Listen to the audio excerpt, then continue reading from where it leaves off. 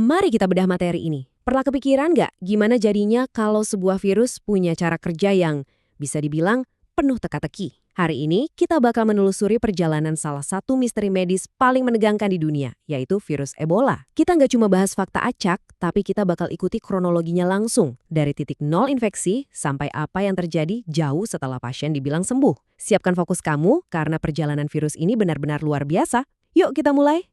Coba bayangin situasi ini sebentar. Gimana jadinya kalau virus Ebola secara klinis udah hilang dari aliran darah kamu, tapi kenyataannya dia belum benar-benar pergi dari tubuh kamu. Ngeri kan? Ini adalah misteri medis utama dari penyakit ini. Dan jujur aja, ini bakal jadi kejutan terbesar yang bakal kita temukan nanti. Tapi sebelum kita sampai ke fase rahasia itu, kita harus tarik mundur dulu untuk lihat gimana semua ini berawal. Oke, kita masuk ke bagian pertama, awal mula infeksi Ebola atau fase zoonosis. Tiap wabah masif itu selalu punya titik awal, semacam invasi diam-diam di mana patogen melompat dari alam liar masuk ke manusia. Nah, konsep utamanya di sini adalah zoonosis, yaitu penularan penyakit dari hewan ke manusia. Infeksi Ebola selalu bermula dari proses ini. Jadi, virus ini nggak tiba-tiba muncul dari udara kosong. Penularannya murni terjadi saat ada kontak langsung dengan darah, organ atau sekresi dari hewan liar yang udah terinfeksi duluan. Terus, siapa sih inang alaminya? Kelelawar buah ini sering banget jadi kartu domino pertama yang jatuh dalam rantai penularan ini.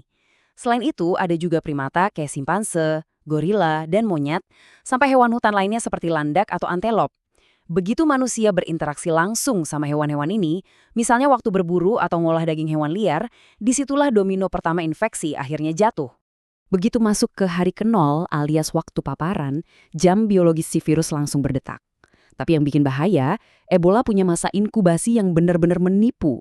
Virusnya bisa diam-diam berkembang biak di dalam tubuh selama 2-21 hari penuh tanpa memunculkan gejala sama sekali. Walaupun rata-rata orang baru ngerasa sakit di hari ke-8-10. Bayangin aja, seseorang bisa terinfeksi dan jalan-jalan normal tanpa sadar dia bawa patogen mematikan, sebelum akhirnya fase kering dimulai. Lanjut ke bagian 2, kita akan melihat pergeseran gejalanya ke fase kering dan fase basah. Begitu masa inkubasi yang sepi itu selesai, ilusi kalau tubuh lagi sehat langsung hancur. Perubahan fisiknya kerasa cepat dan drastis banget. Di fase awal atau fase kering, serangannya mirip banget sama flu berat. Tiba-tiba demam tinggi, lemas luar biasa, badan ngilu, sakit kepala, sampai radang tenggorokan. Tapi cuma dalam 4-5 hari kemudian kondisinya bakal nyungsep ke fase lanjutan atau fase basah. Di titik ini, virus beralih nyerang saluran pencernaan secara agresif, bikin pasien ngalamin mual parah, muntah, diare berair, sampai nyeri perut yang super menyiksa. Nah, di sini aku mau ngelurusin satu mitos gede. Kalau kamu sering nonton film Hollywood soal wabah, pasti mikirnya setiap pasien Ebola tuh selalu berdarah-darah hebat dari seluruh tubuh kan? Faktanya, angkanya itu cuma sekitar 40%. Jadi, pendarahan yang tiba-tiba, kayak gusi berdarah, memar, atau darah di kotoran dan muntahan, sebenarnya cuma dialami oleh kurang dari separuh pasien. Tentu aja, penderitaannya nggak berhenti di situ. Seiring virusnya menyebar, tubuh bisa ngasih reaksi lewat gejala lain, kayak muncul ruam merah di kulit, sesak napas, cegukan yang nggak berhenti-berhenti, sampai kebingungan mental. Ini benar-benar nunjukin seberapa sistemik virus ini menginvasi tubuh manusia. Bagian 3, fakta dan mitos seputar metode penularan virusnya. Pas wabah lagi parah-parahnya, yang namanya hoax atau misinformasi itu kadang menyebar lebih gila dari virusnya sendiri. Jadi mari kita jawab pertanyaan terbesarnya. Apakah virus Ebola itu menular lewat udara alias airborne? Soalnya ngebayangin bisa ketularan cuma dari napas di ruangan tunggu yang sama itu emang mimpi buruk terbesar umat manusia. Jawabannya dengan sangat tegas adalah tidak. Ebola itu bukan virus yang menyebar lewat udara. Kamu bisa sedikit bernapas lega sekarang karena secara medis, patogen ini nggak melayang-layang atau terbang bebas di udara yang kita hirup sehari-hari. Biar makin jelas kita bandingin ya. Kalau virus pernapasan kayak flu atau COVID-19, mereka emang jago banget numpang di cipratan air liur di udara pas kita batuk atau bersin. Sebaliknya, cara main Ebola ini beda jauh. Transmisinya sangat spesifik. Dia menyebar murni lewat cairan tubuh. Jadi patogen ini butuh medium basah dan jalan masuk yang langsung buat menginfeksi korban baru. Tapi ingat, biarpun cuma dari cairan tubuh, kita tetap harus waspada ekstra karena daftar cairannya panjang banget. Partikel virus ini ada di dalam darah, feses, muntah, air liur, urin, keringat, air mata, ASI, cairan ketuban, sampai air mani. Penularan terjadi kalau cairan-cairan ini kena kulit yang lagi luka atau masuk lewat selaput lendir kayak mata, hidung, dan mulut. Ini yang ngejelasin kenapa para pahlawan medis kita harus pakai baju hazmat yang tertutup super rapat. Nah, poin krusialnya ada di sini. Tolong perhatikan baik-baik. Seseorang itu hanya bisa menularkan Ebola ke orang lain setelah mereka mulai menunjukkan gejala. Ingat kan masa inkubasi diam-diam di awal tadi? Selama pasien masih merasa sehat dan belum demam, mereka nggak menular sama sekali. Fakta ini benar-benar jadi fondasi paling vital buat melacak kontak dan mutusin rantai penyebaran. Selain penularan langsung antar manusia, ada juga rute penularan nggak langsung lewat perantara yang disebut vomits. Vomits ini pada dasarnya adalah benda mati, kayak jarum suntik, baju, atau perlengkapan tidur pasien yang udah ketempelan cairan tubuh yang terinfeksi tadi. Mengabaikan kebersihan atau sterilisasi benda-benda ini, bahayanya sama persis kayak kamu nyentuh pasien secara langsung. Disinilah kita berhadapan sama realitas yang paling bikin patah hati. Penanganan jenazah selama ritual pemakaman tradisional itu punya risiko penularan yang luar biasa tinggi. Tragis banget rasanya ketika keluarga yang berduka didorong oleh cinta dan tradisi buat merawat kerabat mereka yang tiada, justru jadi korban selanjutnya. Ini karena virusnya masih sangat aktif dan terkonsentrasi di cairan tubuh jenazah tersebut.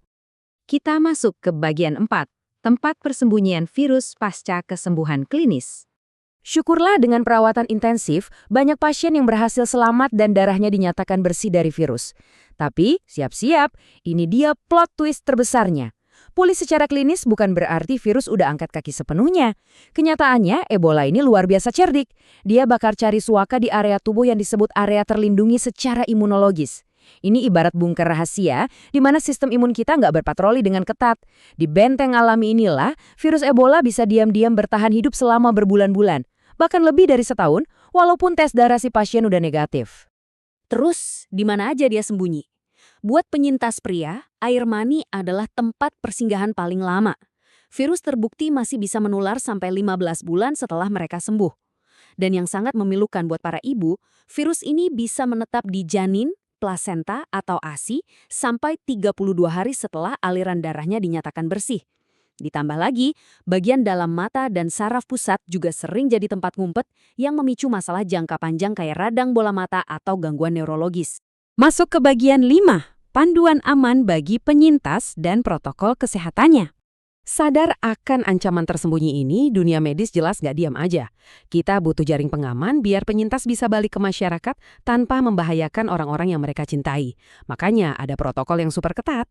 Langkah pertama, penyintas pria diwajibkan mulai tes air mani setiap bulan, dihitung dari bulan ketiga mereka jatuh sakit. Langkah kedua, tes ini harus terus dilakukan sampai pasien dapat 2 hasil negatif secara berturut-turut, dengan jeda waktu minimal 1 minggu di antaranya. Lalu gimana kalau fasilitas tes rutinnya nggak ada? Panduan tambahan dari WHO menyarankan penyintas wajib mempraktekkan seks aman pakai kondom atau malah puasa berhubungan seksual sama sekali selama minimal 12 bulan penuh sejak mereka sembuh. Dan yang gak kalah penting, semua penyintas sangat didorong buat ikut program perawatan jangka panjang, biar kesehatan mereka terus dipantau dan komplikasi lanjutan bisa dicegah sedini mungkin.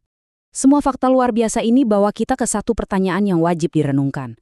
Kalau ternyata ngalahin virus di dalam darah itu cuma separuh dari pertempuran, terus gimana layanan kesehatan global harus beradaptasi? Penanganan wabah itu nggak bisa lagi berhenti di pintu rumah sakit. Ada misi besar yang berkelanjutan buat ngelindungi para penyintas secara fisik dan sosial. Sekaligus mastiin sisa-sisa patogen yang ngumpet ini nggak memicu tragedi gelombang kedua. Ini tantangan nyata yang butuh inovasi kita bareng-bareng. Pertanyaan ini aku tinggalkan untuk kalian pikirkan ya. Terima kasih banyak udah ngikutin penjelasan kita hari ini, dan sampai jumpa di pembahasan seru berikutnya.